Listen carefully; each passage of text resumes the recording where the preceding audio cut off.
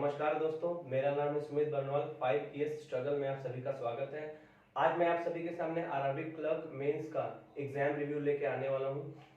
मुझे पता है कि मैं काफ़ी लेट हो चुका हूं, लेकिन डेटा कलेक्ट करने में अच्छे से रिव्यू देने के लिए थोड़ा सा टाइम लग गया। तो चलिए सेशन को स्टार्ट करते हैं।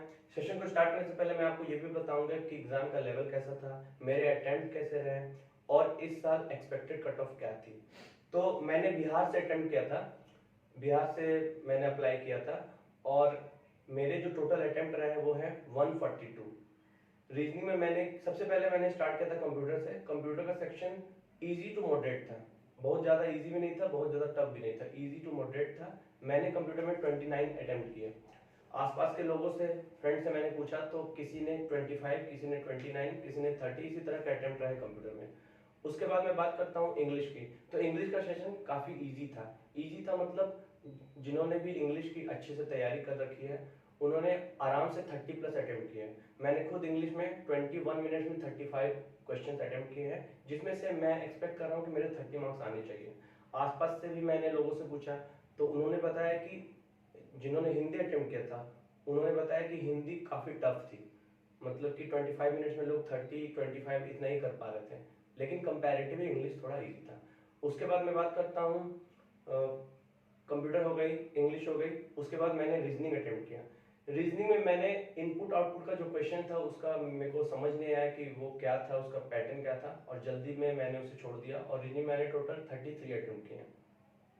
उसके बाद मैं मैथ सेक्शन में चला गया। मैथ में मैंने 25 अटेम्प्ट किए। और फाइनली जीए।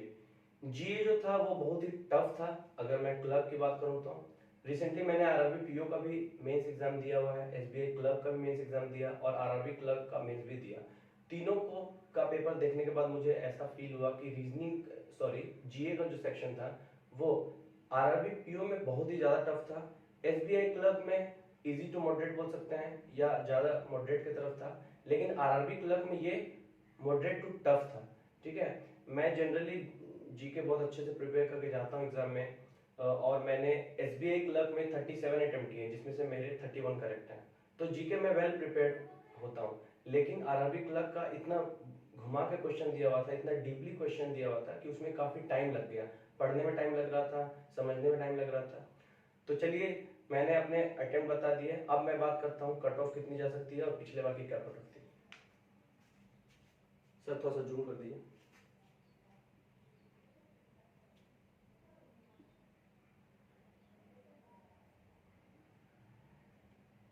ओके, सबसे पहले मैं बात कर रहा हूँ बिहार की। बिहार की पिछले साल की जो वैकेंसीज थी वो थी 155। इस बार जो वैकेंसीज है वो है 427। पिछले बार की जो कट ऑफ थी बिहार की वो थी 123.5। तो इस बार वैकेंसीज बढ़ी है जैसा कि आप देख रहे हैं।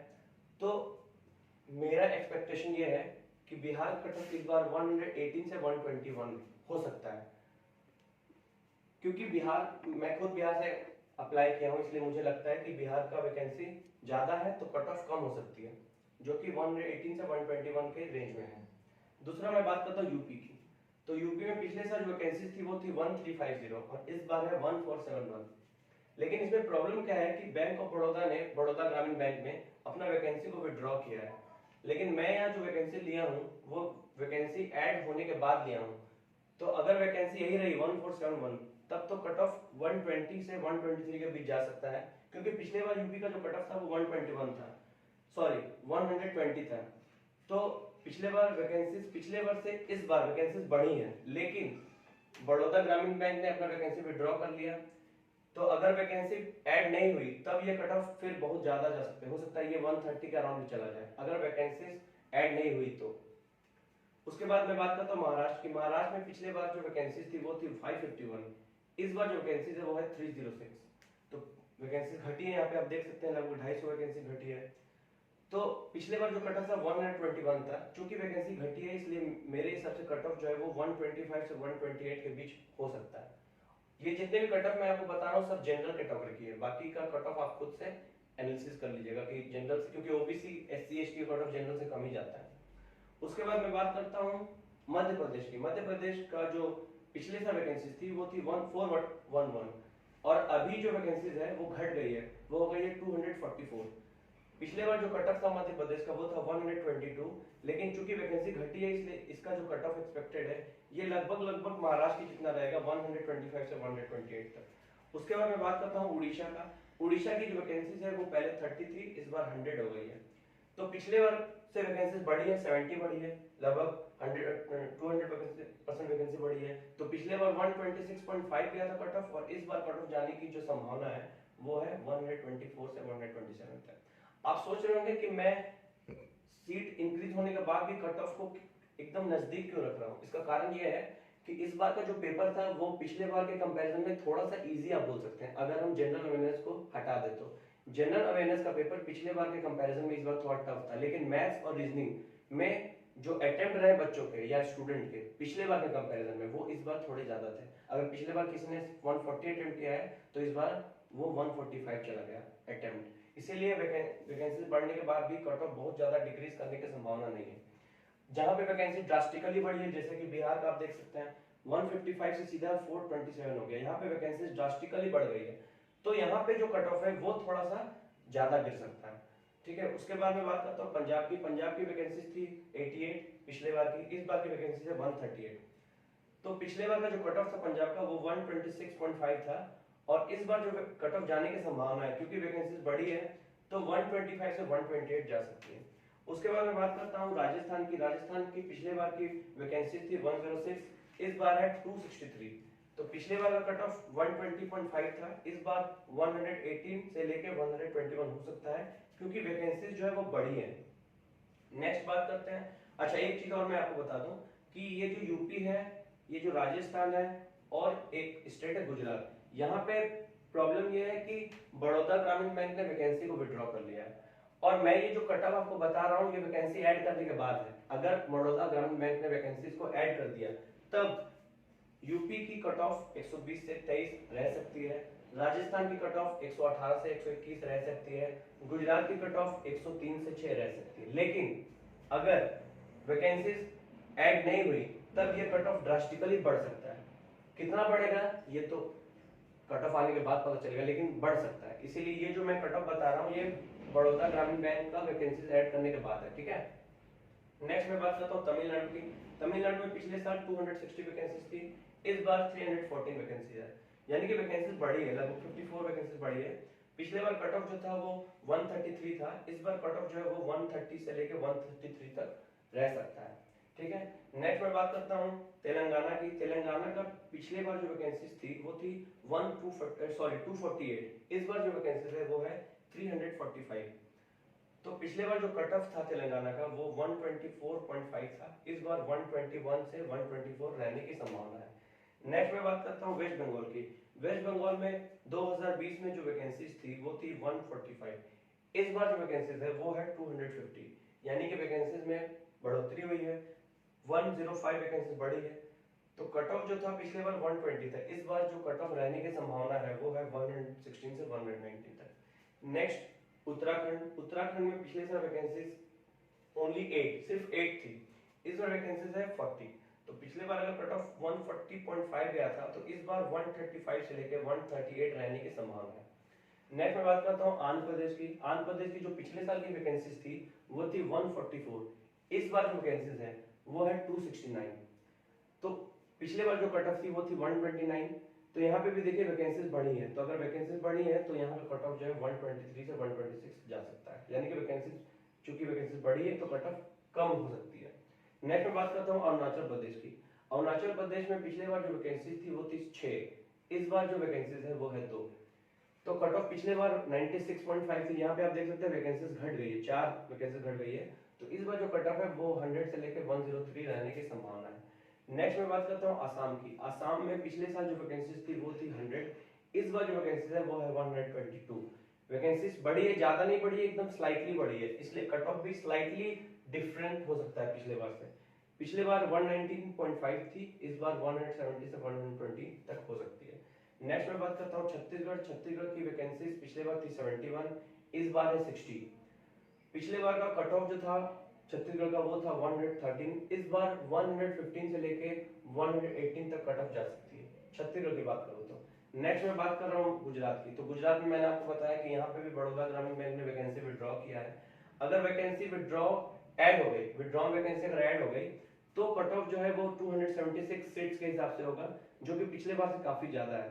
पिछले बार अगर 113 कट ऑफ गई थी, तो इस बार 103 से लेकर 106 हो सकती है अगर वैकेंसी 276 रही तो। अगर बैंक ऑफ बड़ौदा ने वैकेंसी ऐड नहीं किया तो फिर ये कट ऑफ कुछ भी हो सकता है, फिर उसको अनुमान लगाना आसान नहीं है। नेक्स्ट मैं बात करता हूँ हरियाणा की। हरियाणा में पिछले साल जो वैकेंसीज थी वो थी 103। इस बार जो वैकेंसी है वो है 261। तो वैकेंसी बढ़ी है तो कट ऑफ भी घटेगी। तो 127.5 थी पिछले बार, इस बार 123 से लेकर 126 तक हरियाणा की कट ऑफ जा सकती है। नेक्स्ट मैं बात करता हूँ जम्मू एंड हिमाचल हिमाचल प्रदेश की। हिमाचल प्रदेश का पिछले बार की जो वैकेंसी थी वो 68 थी, इस बार 128 है। यहाँ पे भी वैकेंसीज बढ़ी है। तो पिछले बार अगर कट ऑफ 127 था, इस बार कट ऑफ 121 से लेकर 124 तक जा सकता है। नेक्स्ट मैं बात करूं जम्मू एंड कश्मीर की। जम्मू एंड कश्मीर में पिछले साल जो वैकेंसीज थी वो थी 87, इस बार जो वैकेंसी है वो है 77। तो वैकेंसीज घटी है, 10 वैकेंसी घट गई है। तो इसीलिए अगर पिछले बार कट ऑफ 126 गया था, तो इस बार कट ऑफ 127 से 130 तक रह सकती है।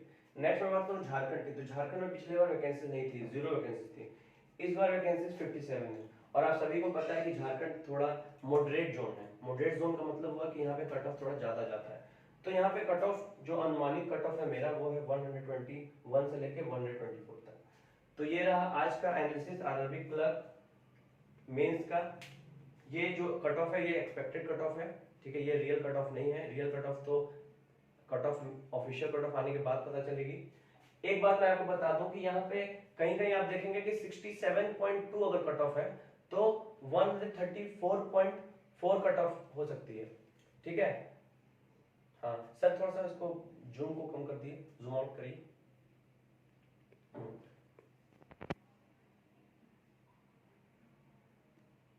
ठीक है,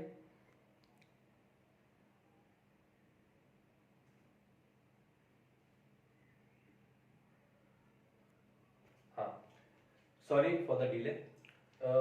मैं बोल रहा था कि जैसे कहीं कहीं कट ऑफ जो है वो 61.2 गई है, ठीक है। तो 61.2 अगर 2 से मल्टीप्लाई करेंगे तो ये हो जाएगा 122.4। तो 122.4 को मैंने 0.4 ना लेके 0.5 लिया है, ठीक है। इस तरह से मैंने कट ऑफ को बनाया है। एक और बात, बहुत जरूरी बात मैं आपसे करना चाहता हूँ कि मैंने अभी हाल फिलहाल में 3 मेंस दिया है, आरआरबी पीओ का मेंस, आरआरबी क्लर्क का मेंस और एसबीआई क्लर्क का मेंस। और तीनों का पेपर मैंने बहुत अच्छे से अटेम्प्ट किया है। अनफॉर्चुनेटली मेरा आरआरबी पीओ में मेंस नहीं क्लियर हुआ। एसबीआई क्लर्क में मैंने 97 अटेम्प्ट किए थे, फर्स्ट शिफ्ट था मेरा। और एक्सपेक्टेड मार्क्स जो है मैं 85 से लेकर 90 के बीच एक्सपेक्ट कर रहा हूँ। आरआरबी क्लर्क में मेरे 143 अटेम्प्ट रहे हैं और वहाँ पे मैं एक्सपेक्टेड जो मार्क्स है वो 120 से 125 के बीच एक्सपेक्ट कर रहा हूँ। देखते हैं क्या होता है। लेकिन इसके बाद मैं आपसे ये कहना चाह रहा हूँ कि मैं एक सीरीज स्टार्ट करना चाहता हूँ, क्योंकि अभी जो करंट अफेयर का जो पैटर्न है वो काफी चेंज हो गया है। पहले करंट अफेयर काफी स्कोरिंग हुआ करता था, लेकिन अब जो करंट अफेयर के क्वेश्चंस आ रहे हैं वो स्कोरिंग नहीं रहे। अगर आप बहुत अच्छे से डीपली पढ़ेंगे current affairs, financial affairs, economic affairs, तभी जाके आप अच्छे मार्क्स गेन कर सकते हैं। अगर आप डीपली पढ़ेंगे तो वो जमाना चला गया जब हम लोग एक एक लाइन पढ़ते थे और आंसर टिक करके आते थे, अब वैसी बात नहीं रही। तो अगर आपको करंट अफेयर्स में अच्छा करना है, अगर आप चाहते हैं कि करंट अफेयर अच्छा करें, तो मैं एक सीरीज लेके आ रहा हूँ जिसका नाम है 5+5। इस सीरीज में क्या है कि 5 करंट अफेयर होंगे और 5 वर्ड मीनिंग होंगे, इंग्लिश के वर्ड मीनिंग, क्योंकि इंग्लिश में वर्ड मीनिंग बहुत इंपॉर्टेंट रोल प्ले करता है। English word meaning is very important for your exam. If you will talk about the uses of word meaning, then you will find that in closed text, in passage, in synonyms, antonyms, everywhere word meanings play an important role. इसीलिए मैं आपको बता रहा हूँ कि मैं एक series start करने वाला हूँ जिसमें से 5+5 रहेंगे, 5 करंट अफेयर्स, 5 वर्ड मीनिंग। और अगर आप चाहते हैं कि आप भी इसको सीखें, अपना इंग्लिश का वर्ड मीनिंग और इंग्लिश का करंट अफेयर को बेहतर करें, तो आप मेरे चैनल के साथ जुड़ सकते हैं। बहुत बहुत धन्यवाद, नमस्कार।